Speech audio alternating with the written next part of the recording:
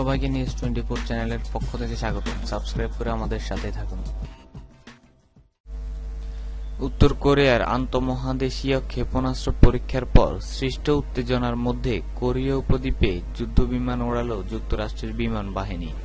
এ সময় চালানো হয়েছে দূরপাল্লার ভারী যুদ্ধবিমান থেকে 2000 পাউন্ড ওজনের লেজার নির্দেশিত বাংকার বিধ্বংসী স্মার্ট বোমা হামলার মহড়া। শনিবার কোরীয় উপদ্বীপের অসামরিক জোনের কাছে এই মহড়া চালানো হয়।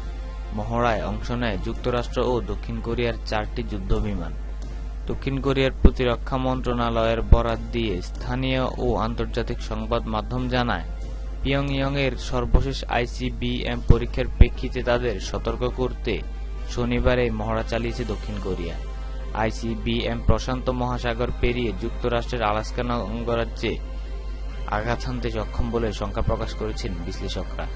দক্ষিণ কোরিয়ার সামরিক বাহিনী জানায়, যুদ্ধবিমানের মহড়া চালানোর পর যুক্তরাষ্ট্রের প্রশান্ত মহাসাগরীয় অঞ্চল গুয়ামে অ্যান্ডারসন বিমান ঘাঁটি থেকে ভারী বোমা নিক্ষেপে সক্ষম B-1B ল্যান্সার পাঠানো হয় দুই কোরিয়ার সীমান্তে।